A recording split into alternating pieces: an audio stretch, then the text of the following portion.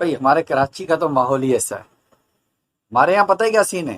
سین یہ کہ ہر بندے کی کوشش ہوتی ہے کہ صبح جتنی جلدی ہو سکے نا نماز عید کی مل جائے. ساتھ کہیں پہ اگر 6:30 بجے کی جماعت ہے نا تو وہاں پر آپ جا کے پبلک کا رش دیکھیں عید بقرہ عید والے دن.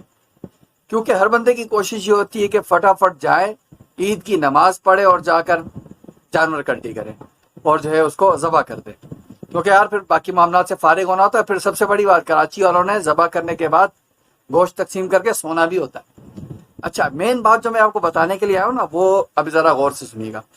بات یہ کہ پچھلے سال جب عید کی نماز پڑھنے کے لیے گئے نا تو کیا دیکھا کہ عید کی نماز کے لیے جو لوگ آئے ہوئے اب جناب جب عید کی نماز شروع ہوتی ہے کھڑے ہوئے سب صفیں بن گئی ہے بڑا رش تھا بھائی ہجوم ہی ہجوم لوگ ہی لوگ کھڑے تو ہو گئے ہم. اب جیسے امام صاحب نے جو ہے وہ نیت بتائی نماز کا طریقہ بتایا اب امام صاحب نے تو اپنے بتا دیا لیکن اب اس ٹائم پہ ہم لوگ جو ہے نا اپنی کسی کشمکش میں پتہ نہیں کس سوچ میں ہوتے ہیں. ہمارا ذہن جانور کی طرف ہوتا ہے. ہم سوچ رہے ہوتے ہیں کیسے گرائیں گے کیسے چھری پھیریں گے کیسے بوٹیاں بنائیں گے.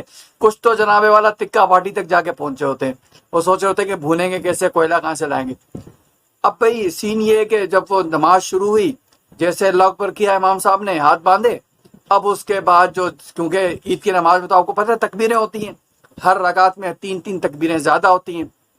اب جیسے امام صاحب اللہ اکبر بولے کوئی ہاتھ اٹھا رہا ہے کوئی چھوڑ رہا ہے کوئی کانوں تک لے کے جا رہا ہے کوئی ہاتھ جو ہے نا نیچے چھوڑ دے رہا ہے. پتہ نہیں کیا کیا کر رہے ہیں سب.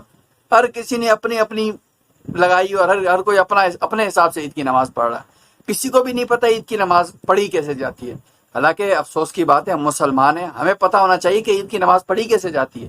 اگر ہمیں عید کی نماز پڑھنے کا طریقہ نہیں معلوم ہے تو پھر ہمیں ذرا اپنے اوپر غور کرنا چاہیے. چلے بھی میں آپ کو عید کی نماز کا طریقہ بتا دیتا ہوں کہ بھائی نماز کا طریقہ بہت سادہ سا ہے.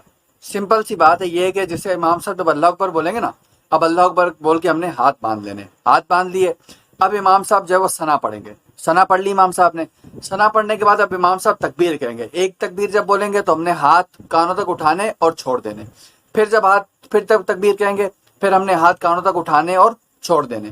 تیسری تکبیر جب امام صاحب بولیں گے نا تو پھر ہاتھ کانوں تک اٹھا کے ہاتھ باندھ لینے. اب ہوگی بھائی قرات. امام صاحب سورہ فاتحہ پڑھیں گے ساتھ کو سورت ملائیں گے. اچھا یہاں پہ یہ بڑا آسان سا طریقہ ہے. جب امام صاحب آگے کچھ پڑھیں گے نا یعنی امام صاحب نے بھی قرات کرنی ہے فاتحہ سورہ فاتحہ پڑھنی ہے سورت ملانی ہے اس ٹائم پہ ہم نے ہاتھ باندھ کے رکھنا ہے. اس ٹائم پہ ہاتھ اٹھا کے چھوڑنے نہیں ہے. اب اس کے بعد جیسے دوسری رکعت آئے گی. دوسری رکعت میں بھی کیا ہے دوسری رکعت میں جیسے امام صاحب کھڑے ہوں گے نا سب سے پہلے امام صاحب قرات شروع کر دیں گے. قرات کر لی. قرات کرنے کے بعد اب امام صاحب جو ہے 4 تکبیریں کہیں گے. پہلی تکبیر ہوگی ہاتھ کانوں تک اٹھانے چھوڑ دینے. دوسری تکبیر ہوگی ہاتھ کانوں تک اٹھانے چھوڑ دینے. تیسری تکبیر ہوگی ہاتھ کانوں تک اٹھانے چھوڑ دینے. چوتھی تکبیر ہوگی رکوع میں چلے جانا ہے. بس اس طرح 2 رکعتیں مکمل ہوگی. ہاں ایک بات یاد رکھنا اب 2 رکعتیں مکمل ہوگی نا اب عید کی نماز کا خطبہ عید کی نماز کے بعد ہوتا ہے. ایسے نہیں کہ بس نماز ختم ہو گئی دعا ہو گئی چلو بھائی نماز ختم ہوئی سلام ہوا اور نکل پڑے. نہیں ابھی نہیں جانا ہے. خطبہ سنیں کیونکہ اس خطبہ سننے کا بھی 2 رکعت جو ہے نماز کا ثواب ملتا ہے. اس کو بھی توجہ سے سنیں. اور پھر عید کی نماز کے خطبہ وغیرہ ہو جانے کے بعد دعا ہونے کے بعد گلے ملیں ایک دوسرے سے مصافحہ کریں معانقہ کریں. معانقہ یعنی جس کو گلے ملنا کہتے ہیں نا. ایک دوسرے سے گلے ملیں خوشی کا اظہار کریں مسلمان بھائیوں کو عید مبارک بولیں اور پھر جو ہے آپ اپنی قربان گاہ کی طرف جائیں اور اپنے جانوروں کی قربانی کریں. اسی کے ساتھ خواجہ آفتاب احمد کو اجازت. اللہ حافظ.